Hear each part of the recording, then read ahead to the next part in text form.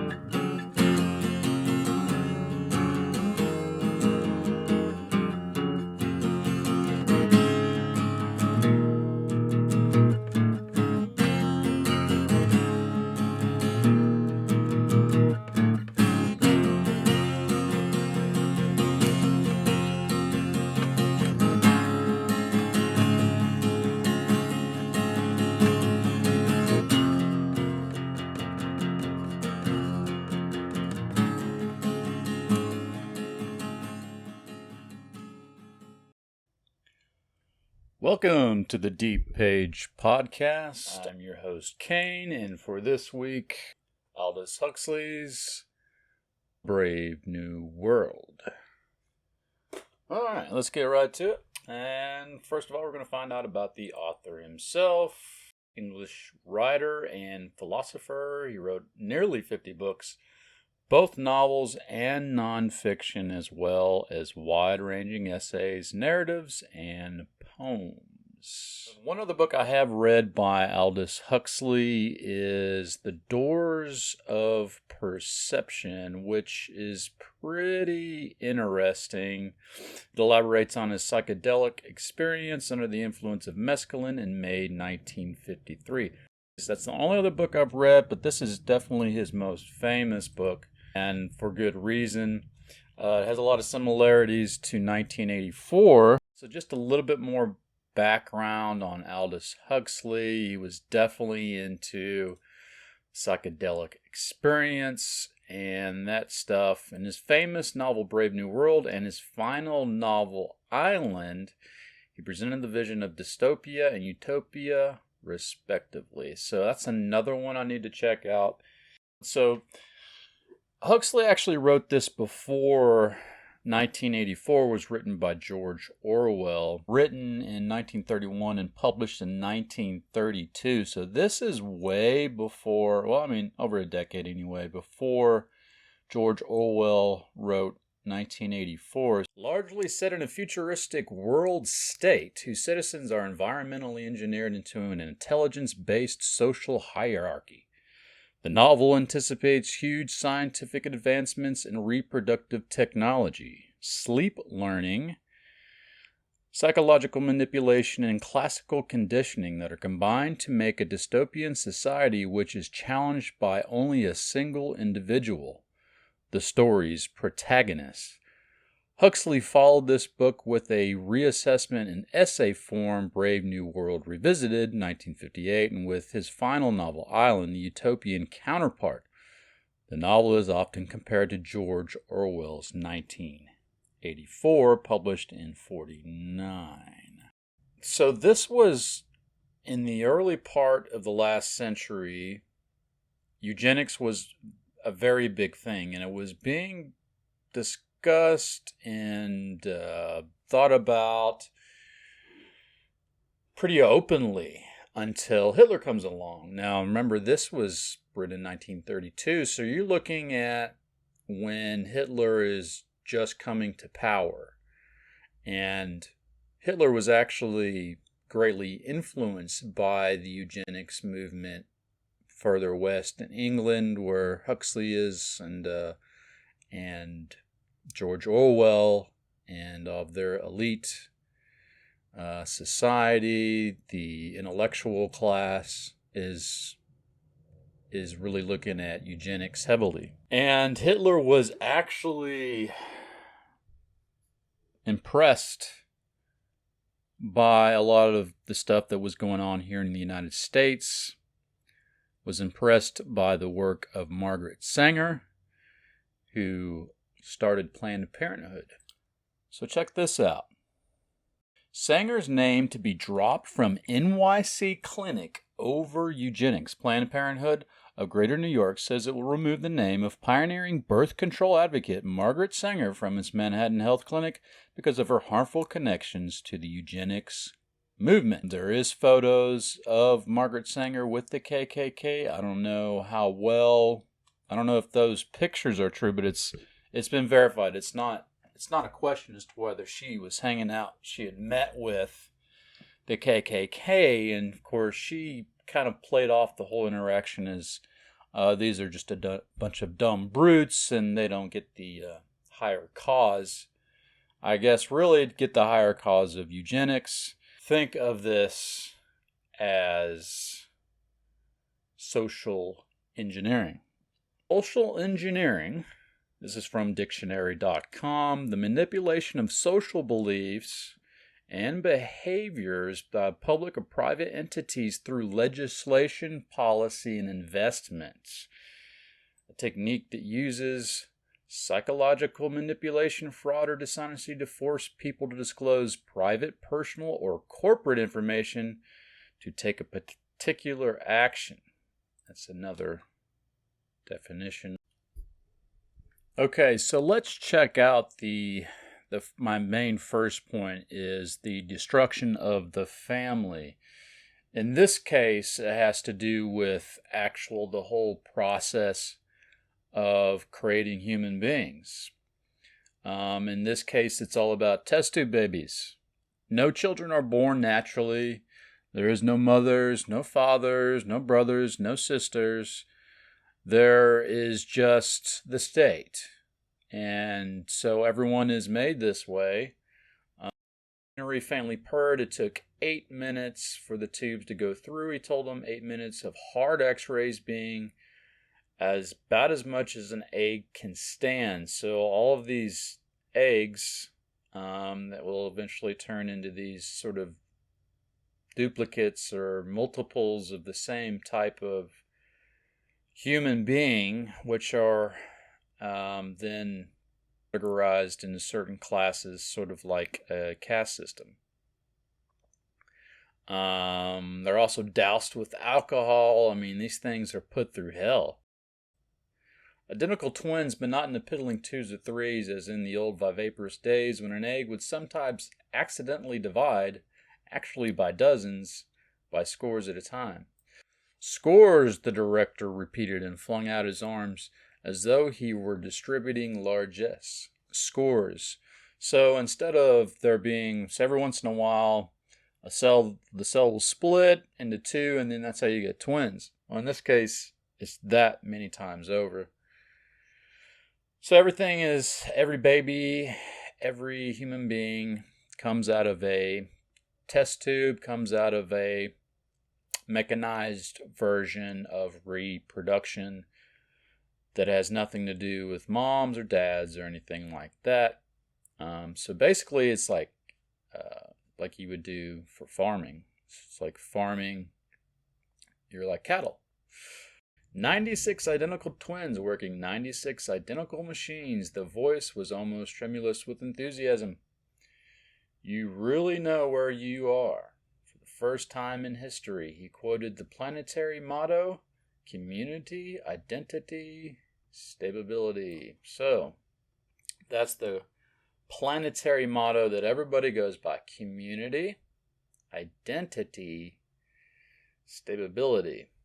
Of course, this sounds a lot like, the communist, leftist, obviously there's different names for them. They take on different forms. They're like chameleons almost. And then well-meaning people get wrapped up in these Marxist causes that are really just about using people and using their bad situation they might be in, the underserved portions of society who should be thought about and who should get proper attention, often end up just being taken advantage of. Take a look at this. BLM site, their website, removes page on nuclear family structure amid NFL vets' criticism. Lives Matters scrubbed a page on its website this week that disparaged the Western prescribed nuclear family structure, prompting a former NFL lineman to blast critics who accused him of previously misinterpreting the organization's incendiary message.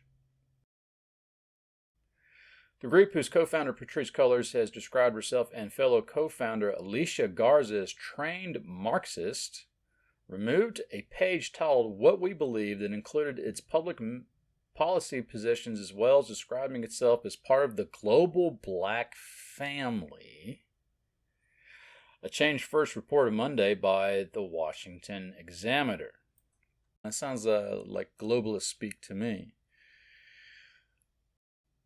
We disrupt the Western prescribed nuclear family structure requirement by supporting each other as extended families and villages. It takes a village that collectively care for one another, especially our children, to the degree that mothers, parents, and children are comfortable.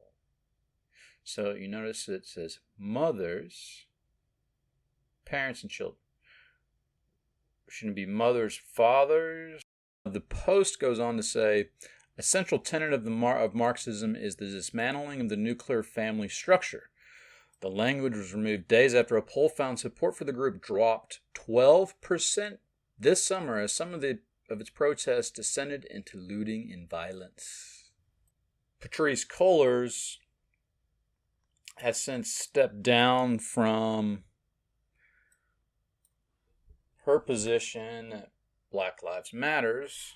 It's hilarious. So, of course, it comes at New York Post, not a surprise. Marxist BLM leader buys $1.4 million home in ritzy LA enclave. This is a fact, and since then, she's had to step down. Well, where does BLM get its money? It's not from selling anything except for maybe t-shirts. No, it's just from donations from very rich people. And that's how she was able to buy these really, really nice houses. Let's see if there's any pictures of it. Let's take a look at one of her houses.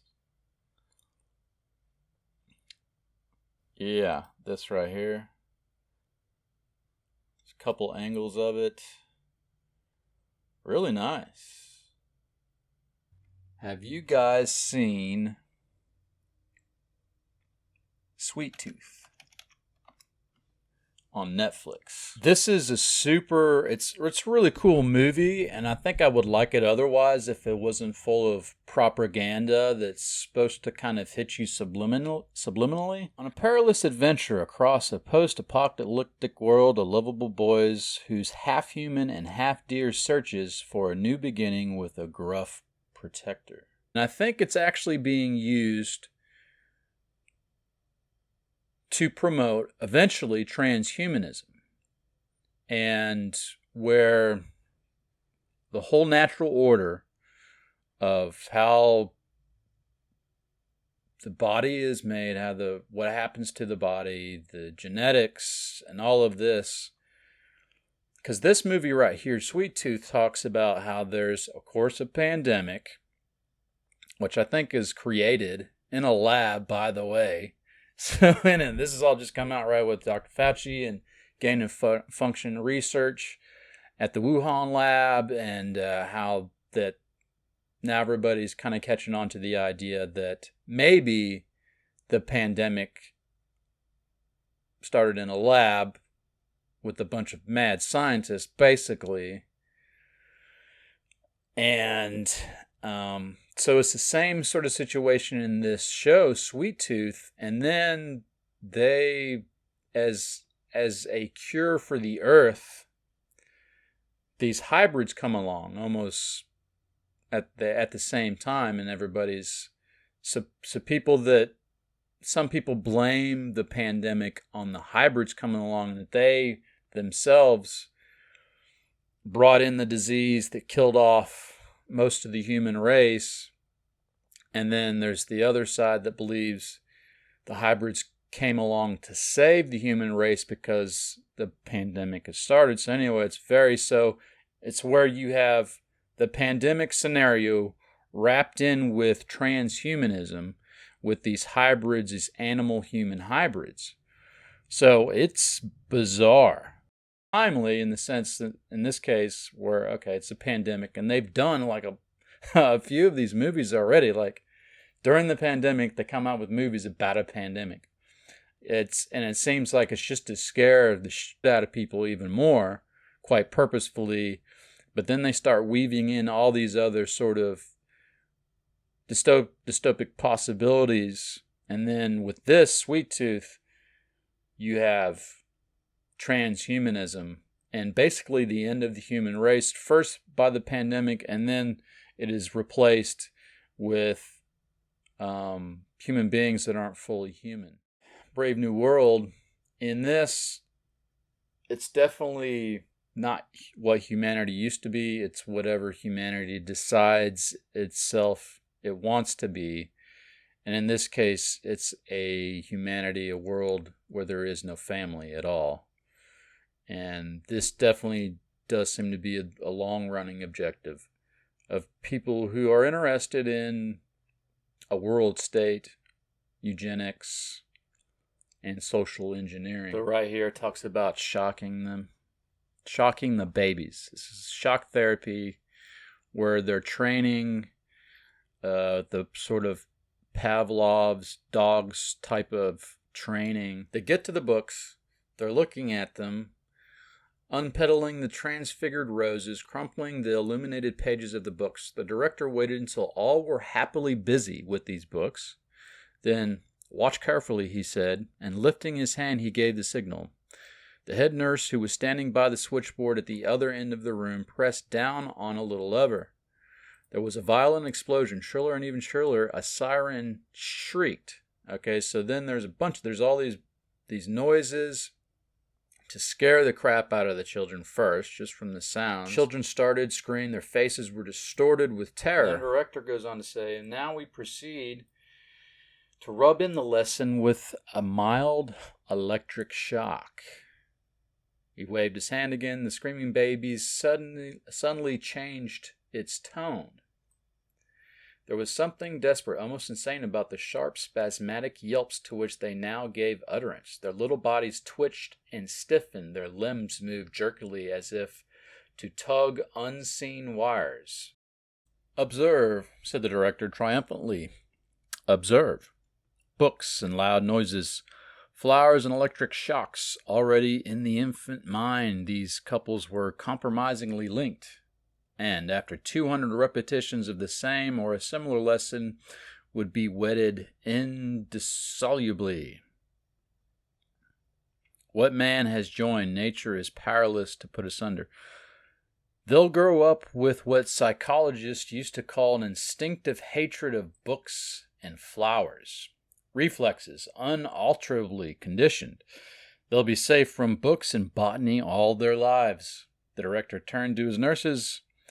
"Take them away again." So the children actually conditioned through loud noises and electric shocks. They are tortured into hating flowers and books, anything that's beautiful and might give them knowledge and understanding. If that wasn't bad, the next major point is the sexualization of children. A nurse rose as they entered and came to attention before the director. "What's the lesson this afternoon?" he asked. "We had elementary sex for the first 40 minutes, she answered, "but now it switched over to elementary class consciousness." So, the first 40 minutes of children's school time is sex. Well, at last the child's mind is these suggestions, and the sum of the suggestions is the child's mind, and not the child's mind only, the adult's mind too, all his life long. The mind that judges and desires and decides, made up of these suggestions. But all these suggestions are our suggestions. Boys walking around, the director's walking around again. From a neighboring shrubbery emerged a nurse, leading by the hand a small boy who howled as he went, and an anxious-looking little girl trotting at her heels. "What's the matter?" asked the director. The nurse shrugged her shoulders. "Nothing much," she answered. "It's just that this little boy seems rather reluctant to join the ordinary erotic play. I'd noticed it once or twice before, and now again today. He started yelling just now." "Honestly," put in the anxious-looking little girl, "I didn't mean to hurt him or anything, honestly." "Of course you didn't, dear," said the nurse reassuringly, and so she went on, turning back to the director. "I'm taking the assistant superintendent of psychology just to see if anything's abnormal." Kids are forced to play with each other sexually from a very early time. So this is the main point I want to make. This does seem like something that's another part of an agenda that we're seeing actually playing out in the real world, and not just in a book called A Brave New World, is the sexualization of children. And here, where the boy doesn't want to be messing around, kids don't think, you shouldn't have to think about this until you're older. And it starts happening definitely when you're a teenager and you have to deal with that.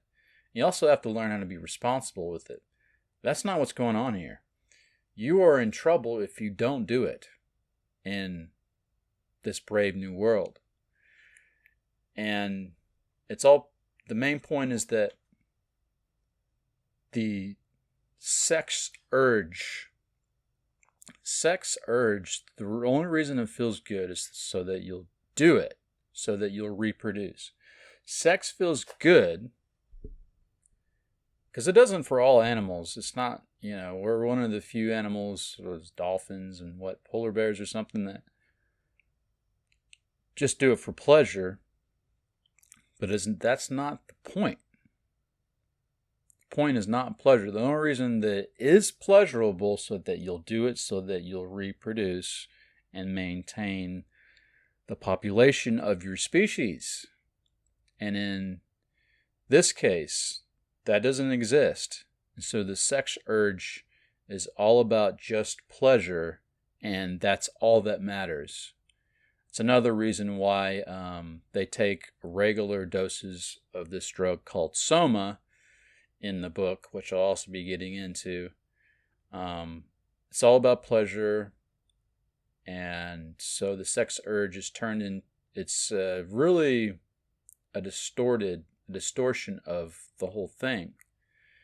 And so nothing's beautiful. There's no love. There can be no love in A Brave New World. And just to give you an example, the most recent one where this is going on in our time now. You can find this at the Daily Mail, but it's been talked about other places.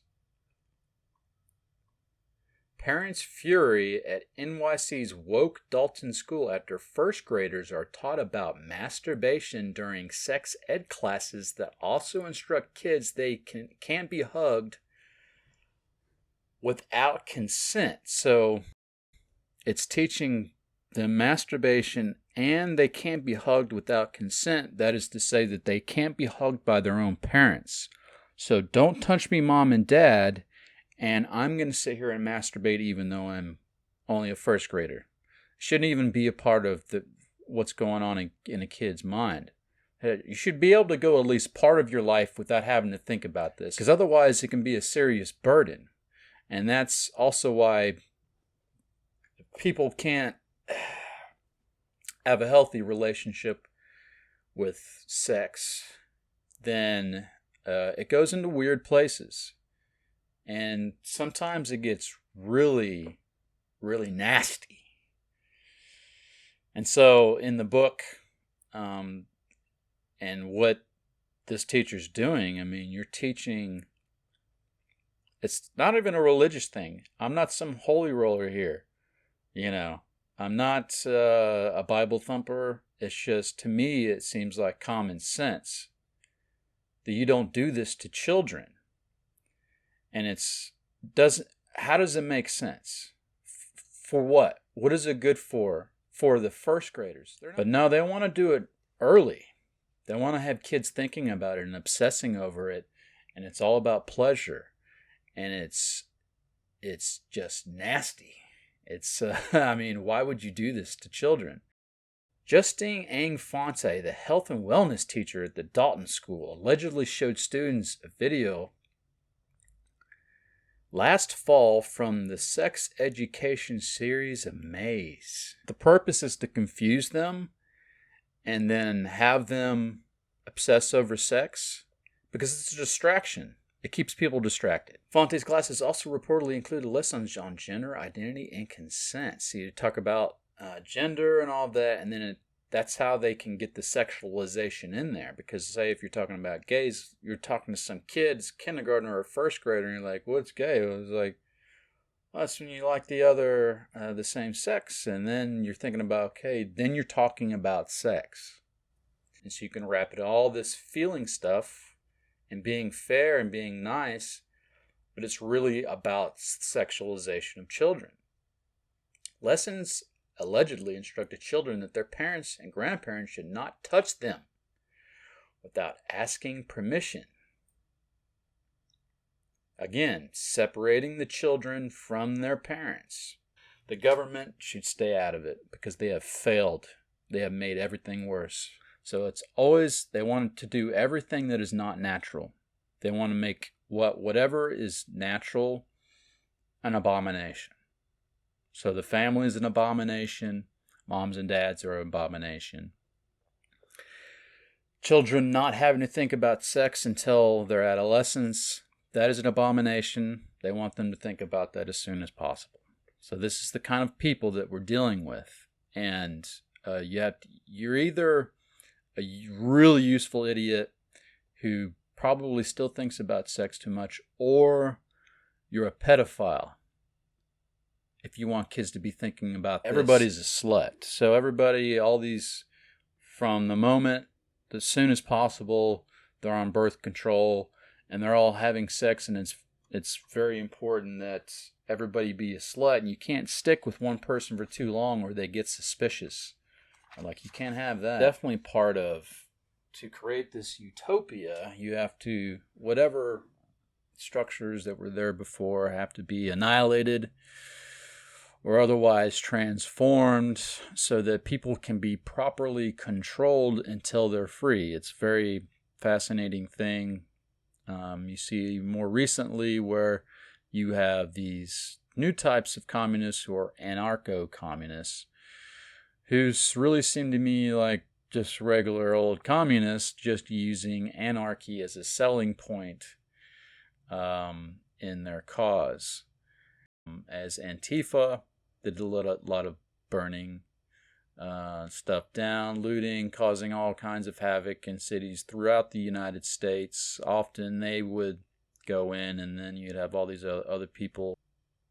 They often sparked a lot of these riots and destruction over 2020, and people still to this day try to say that, including people in our government officially, whether it be the head of the FBI, Biden, or other people, are willing to say that Antifa is just an idea that burns down cities. Another book I might be doing to kind of give you an idea of, it's been around for quite a while. The New World Order, we think, is something by some conspiracy theorist. It is, of course, they do say that a lot. But it also comes from this book, The New World Order, by H.G. Wells. And so this is something that comes up in this era of books. This was written around the same time. Let's see, published 1940. So this would have been in between the time that Brave New World was published and when 1984 was published. The New World Order is a non-fiction book written by H.G. Wells and was published by Secker and Warburg. In the New World Order, Wells proposes a framework of international functionalism that could guide the world towards achieving world peace. To achieve these ends, Wells asserted that a socialist and scientifically planned world government would need to be formed to defend human rights. That's hilarious. More doublespeak. I wonder if books like this might have, later on, have influenced George Orwell. Wells' motivation for writing the New World Order has been based upon the outbreak of World War II. Wells was concerned that the Allies had no clear statement of aims for fighting in the war and that this would lead to the continuation of pre-existing balance of power. In the New World Order, Wells writes that without a revolution in international affairs and the establishment of human rights, then further destructive wars were inevitable. But what we see here is that human rights, after the UN came along and you had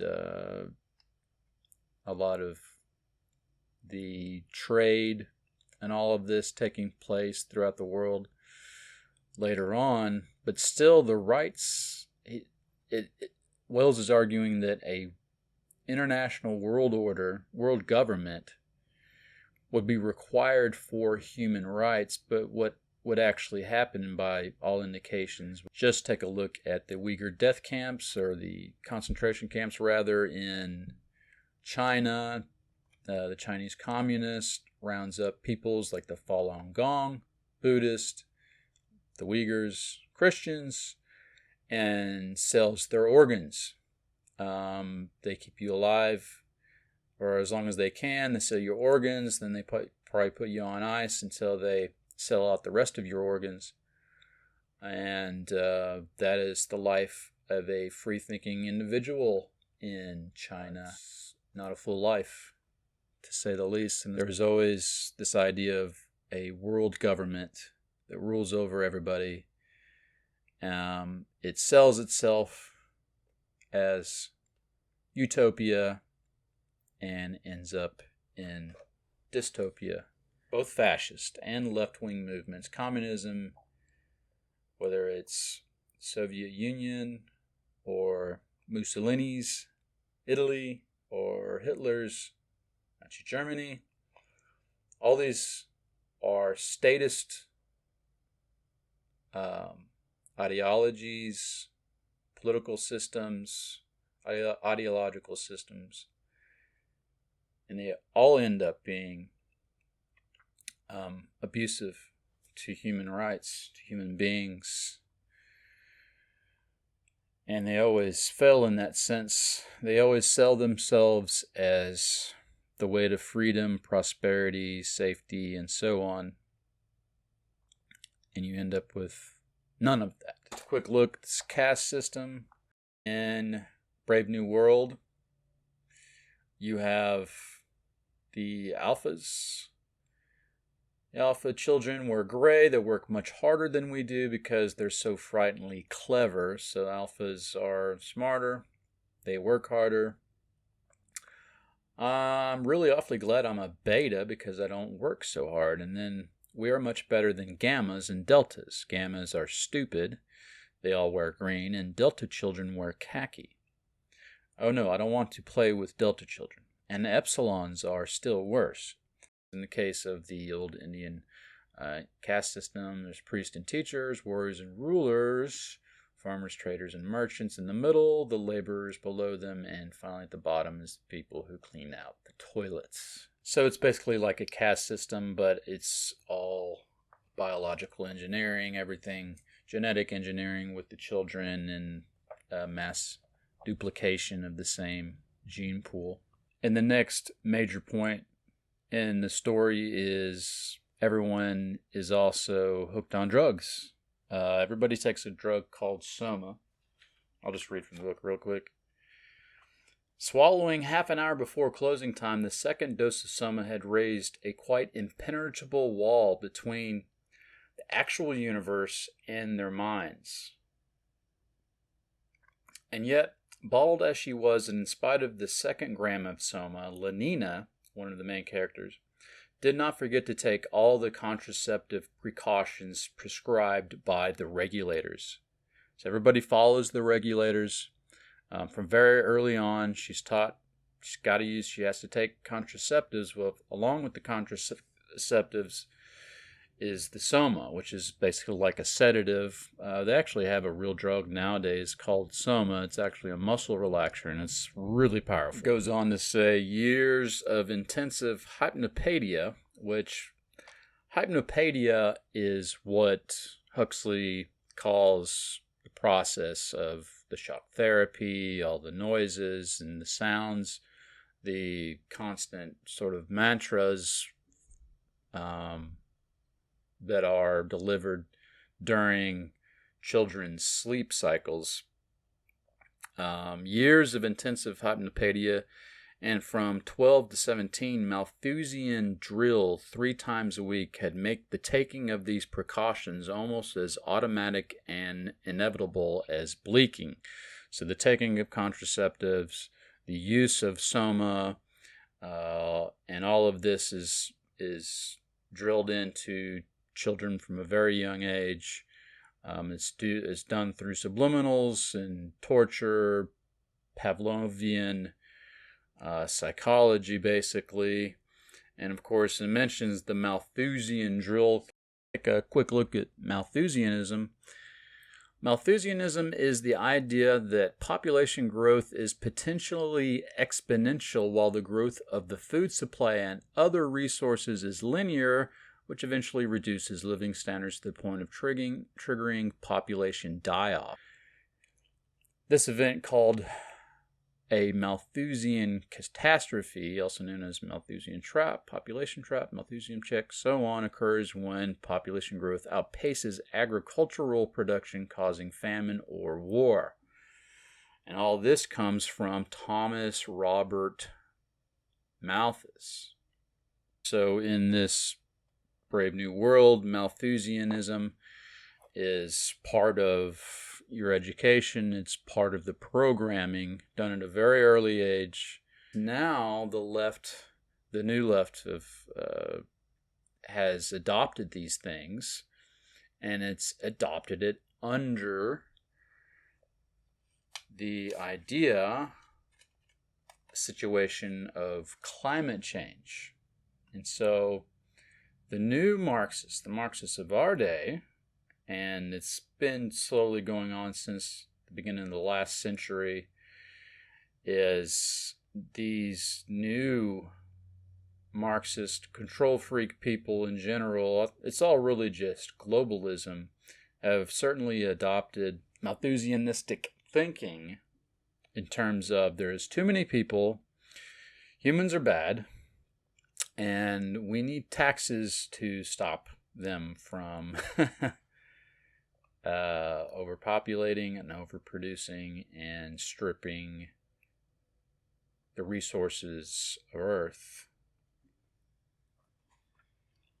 But on the subject of the drugs, I just want to point out, so everyone is drugged. Everyone is made to be chill. Man, everybody's chill. We're all just having sex and doing drugs. It's all part of the society. It's a requirement of existence in a brave new world. Why are we using more and more drugs? And why do we use more drugs than any other country in the world? This is more recent, from 2016. Federal survey finds 119 million Americans use prescription drugs. That's well over 1/3. But it's actually, let's take a deeper dive here. Nearly half of all Americans over the age of 12 take prescription pain relievers, tranquilizers, sedatives, or stimulants, according to a federal survey, and 16% of the time those drugs are misused by nearly 19 million Americans. Health officials are calling for more drug treatment, but also more care in prescribing drugs in the first place. So that's just from a survey, but nearly half of all Americans over the age of 12 take prescription pain relievers, tranquilizers, sedatives. Of course, the sedative is a lot like what's presented in Brave New World, the drug Soma. And so we are a heavily drugged society. Here in America particularly, I think the only other country is New Zealand that allow for there to be big pharma commercials. And the fact that there are so-called news agencies, take any one of them, there's drug ads all over. This is not a common thing in other parts of the world, like I said, besides New Zealand. And I think this is a major contributing factor to the fact that we are an overdrugged society. 1 in 6 tears. Take Scientific American. This is, again, from 2016, about 5 years ago. It's probably much worse now. So I'll try and, if you want to try and find that, I'll do that as well. I might make a whole video about it, about how the fact that we take so many drugs, prescribed drugs, in America. Here's from the Scientific American. 1 in 6 Americans takes a psychiatric drug. Antidepressants were most common, followed by anxiety relievers and antipsychotics. 1 in 6. But that seems incredible to me. 1/4 of adults aged 60 to 85 reported taking at least one of these drugs, compared with less than 10% of adults age 18 to 39, researchers found. But on top of that, that's the legal drug use. Also, it's all the illegal drug use. Despite tough anti-drug laws, a new survey shows that U.S. has the highest level of illegal drug use in the world. We're top dogs, man. We are numero uno for drug use. They kind of go back and forth, Huxley and Orwell, but it's Huxley's contention in particular that drugs, pharmacopoeia, is another way that the powers that be will control human society by drugging them, by dumbing them down, by sedating them. Reminds me of the movie Idiocracy, if you remember, if any of you guys have seen that, where there's this one drink, and it's sort of like like a lot of these energy drinks out there, but everyone drinks this drink, and that's the only thing that people drink. They even water the plants with with the drink.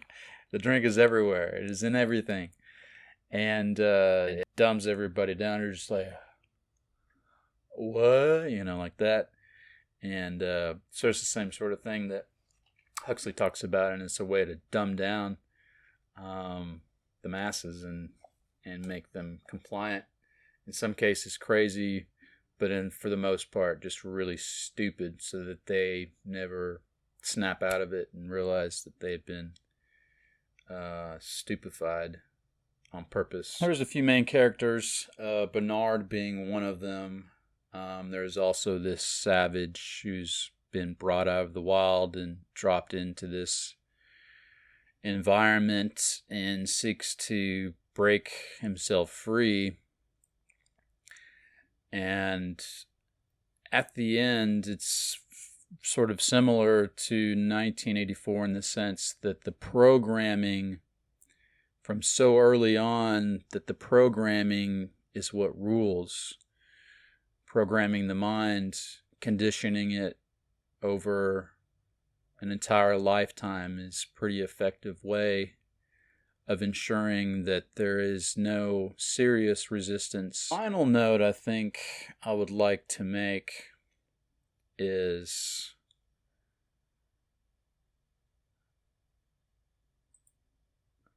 more recent events. This is an article from Health Matters. How to adjust to the new normal as millions face changes brought on by pandemic and social distancing. An expert offers tips to cope. With most of the country nearing 2 months of sheltering in place, many of us have suddenly been forced to adjust to a new normal. Parents homeschooling their children, families, and roommates suddenly isolating in cramped quarters, donning masks when leaving the house, and wiping down groceries after a stress-filled visit to the store. Why would you call it the new normal? This was bantied about. This was on public service announcements. It was repeated by the media, another one of these mockingbird repeated lines, phrases, the new normal, as if we're suddenly supposed to accept the reactions, the government, new government regulations, and all of this isolation and masking and sheltering in place, what looks almost just like a form of martial law. How is that supposed to be accepted as a new normal? It quickly stopped saying new normal. They have still done the whole building back better, Biden, Boris Johnson, other people, and especially Klaus Schwab. So I think I want to end up this video with Klaus Schwab concerning the new normal order. Some in the media have almost tried to play the Great Reset off as a conspiracy theory, while at the same time Klaus Schwab goes out there. The pandemic is an opportunity to financially reset the world. The Great Reset is a guide for anyone who wants to understand how the COVID-19 disrupted our social and economic systems and what changes will be needed to create a more inclusive, big word, right? They love using that word. Again, this is newspeak stuff. Resilient and sustainable world going forward. Klaus Schwab, founder and executive chairman of the World Economic Forum. Globalist, globalist, globalist. COVID-19 has created a great disruptive reset of our global social, economic, and political systems, but the power of human beings lies in being foresighted and having the ingenuity, at least to a certain extent, to take their destiny into their hands and to plan for a better future. Build back better. Build back better. As Boris would have it. So this is all eerie, creepy, newspeak, doublethink type of stuff that, I mean, you read 1984 and you read A Brave New World and it's creepy. It's scary stuff. They'll publicize something they'll put out in something like Time Magazine. We see right here, The Great Reset. And the COVID-19 pandemic has provided a unique opportunity to think about the kind of future we want. Who wants exactly this? What do they mean by that? And so this is a whole thing with Time. There's Schwab. I mean, a total globalist scoundrel. Anybody working as the executive chairman for the World Economic Forum is a top-level globalist. And what Klaus has also said, here's him in Time magazine, technological advances often take place in a monopolized economy and used to prioritize one company's profits over societal progress.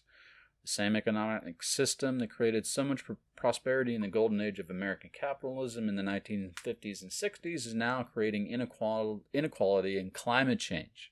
Remember that. And the same political system that enabled our global progress and democracy after World War II and now contributes to societal discord and discontent. Each was well intended but had unintended negative consequences. Maersk, a Danish shipping giant, for example, divested its oil and gas divisions and is focusing on providing sustainable shipping solutions. Reacting to increasing pressure from climate activists and younger generations, BlackRock is buying all the single-family homes that it can to price people out of being able to own a home. BlackRock asked the CEOs of companies it invested in to more explicitly pursue environmental, social, and governance goals. These decisions may hurt short-term profits for itself as shareholder, but it maximizes long-term returns in a world where people increasingly revolt against a system they perceive as unfair. So he tries to say, hey, BlackRock's doing the right thing. And then BlackRock buys up all these single-family homes, pricing people out of having their own home so that everybody has to be a renter. That's what they want. Keep an eye on this guy. Keep an eye on the big reset. Find out exactly what these people are doing. So another little thing from townhall.com. Is Klaus Schwab the most dangerous man in the world? Well, he sure likes to act like it. Yeah, he's definitely a globalist. Let's take a look here. Welcome to the year 2030. Welcome to my city, or should I say our city? Oh, they love to say that. I don't own anything. I don't own a car. I don't own a house. Remember BlackRock buying up all the single-family dwellings? Don't own any appliances or clothes. It might seem odd to you, but it makes perfect sense for us in this city. Everything you considered a product has now become a service. These are not lines from an episode of Black Mirror. No, these lines come directly from the World Economic Forum website. Oh, look at that. Sorry, but we can't find the page you were looking for. I wonder. So anyhow, yeah. Klaus Schwab is definitely on the front end of this whole global reset. It's a situation where you're put on UBI, Universal Basic Income, and you can live off of that, or you work for a major corporation or the government. That's the only choice. You work for the government, major corporation, or you just live off of subsistence income, universal basic income, which is just enough for you to survive, maybe rent a room, and then everybody lives together in these, coffin apartments, and that's life. If you look at what the lockdowns did, they destroyed over 100,000 small businesses, millions of jobs, while all these other big box stores, the Amazons of the world, all of these different technological companies, Zoom, all of these made a killing while small business were destroyed. In this great reset situation, all of your carbon output is being tracked. All the energy that you use, the kind of food that you eat, you will have a digital ID. All money will be digital. All of it will be tracked and traced based on your purchasing decisions. You'll have this universal basic income, so you'll get that regardless based on your usage of these different things. So you'll have to pay the more carbon output that you're creating. It's how your behavior, how much money you have, everything. You'll have a social credit score. If you say things online they don't like, you'll be deleted offline. You'll be unpersoned. You'll still exist in the world. In the most extreme cases, they might kill you, but otherwise you will be silenced online. You will have no influence whatsoever. It will only be globalist talking points. It will only be, of course, all of the guilt and shame that you can imagine that will still be going on. There will be a continuing class of civilization, playing groups up against each other, open borders, taxes, unbelievable amount of taxes. It's a lot of really bad stuff, and it has nothing to do with freedom. And these control freak globalists in high places whether they're in corporations, World Economic Forum, G7, or a president or a prime minister, all of them seem to be playing into this general agenda. And I just want to leave you with this idea. We are actually dealing with a pathocracy. Definition of pathocracy: a system of government created by a small pathological minority that takes control over a society of normal people. Pathocracy, Greek from pathos, feeling, pain, suffering, and kratos, rule. A totalitarian form of government in which absolute political power is held by a psychopathic elite, and their effect on the people is such that the entire society is ruled and motivated by purely pathological values. Pathocracy can take many forms and can insinuate itself covertly into any seemingly just system or ideology. Think about that. Think about like Black Lives Matter. Seemingly just, yes. Seems like a good cause. But then you have these psychopaths who insinuate themselves covertly into these movements, into these ideologies. As such, it can masquerade under the guise of a democracy or theocracy, as well as more openly oppressive regimes. Characteristics, I'll just give you a couple. Suppression of individualism. That's the big one. You have to have individualism if you want to have freedom. Suppression of individualism and creativity. Impoverishment of artistic values. See China, see more oppressive communist regimes. Impoverishment of moral values. A social structure based on self-interest and one-upmanship rather than altruism. Fanatical ideology, often a corrupted form of a valid, viable Trojan ideology, which is perverted into a pathological form, bearing little resemblance to the substance of the original.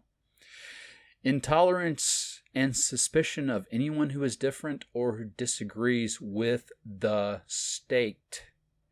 Centralized control, widespread corruption. All the institutions seem pretty screwed up these days, do they not? Because they've been corrupted. They are corrupt. Secret activities within government, but surveillance of the general population. Paranoid and reactionary government, excessive, arbitrary, unfair, and inflexible legislation. The power of decision-making is reduced, removed from the citizens' everyday lives. Centralization of power, and into our case, D.C. rather than states, counties, and municipalities. An attitude of hypocrisy and contempt demonstrated by the actions of the ruling class toward the ideals they claim to follow and towards the citizens they claim to represent. When I think of that, pops up in my mind all these times that they've been caught not wearing a mask. When Nancy Pelosi was caught not wearing a mask, when she went to get her hair blown out, she didn't have to wear a mask. Gretchen Whitmer didn't have to wear a mask at a dinner. Gavin Newsom didn't have to wear a mask at a dinner. So on and so forth. They break their own edicts. It shows their absolute hypocrisy, which means they don't take what they say to the public when they put these edicts into action. They're full of it. Here, endemic use of corrupted psychological reasoning such as paranormalisms, conversive thinking, and double talk, ruled by force and or fear of force. People are considered as a resource to be exploited. Spiritual life is restricted to inflexible and indoctrinate schemes. Anyone attempting to go beyond these boundaries is considered a heretic or insane, and therefore dangerous. Arbitrary divisions in the population, class, ethnicity, creed are inflamed into conflict with one another. And of course, suppression of speech, debate, demonstration, protest. Well, they get to decide what a protest is and isn't, what a demonstration is or isn't, what a riot is or isn't. Violation of basic human rights, for example, restriction or denial of basic life necessities such as food, water, shelter, blah, blah, blah, blah, blah. In the most extreme cases, but of course it says here torture and abuse, slave labor. Yeah, so that's what we actually live in. I just found this out the other day. I just found this, never heard of it before, but I think we are living in a pathocracy. And that this is what is really behind every other ism. Even if they come across in their original form as good, as well-meaning, as meaning to make life fair and abundant for everybody, are always hijacked. All these ists and isms end up being, however well-meaning, in their original form, are hijacked. They are perverted. They are distorted by these psychopaths and sociopaths who are in society, and they crave power and control, and they're like leeches. They're parasitic, and they create parasitic thinking, thought forms that take control and spread into the mass consciousness of society, and they create, it's a basic divide and rule strategy, and we have to realize that that's the people running things. And for anybody who thinks that's what happens when you have government, because they always end up being corrupted. Human beings are flawed. And when you say, well, the government is the people, a lot of the time it ends up being total psychopaths. Crazy people. So, that will be it for us today. I hope you enjoyed it. I'll have next week Ray Bradbury's Fahrenheit 451. That'll probably be a little bit shorter than this one ended up being, but please like, share, and subscribe, and check out stoptheestablishment.com. That's where I have all my videos, the newest stuff. Some things too hot for YouTube will be found there, as well as other video platforms at stoptheestablishment.com. Thanks, everybody. See you next time.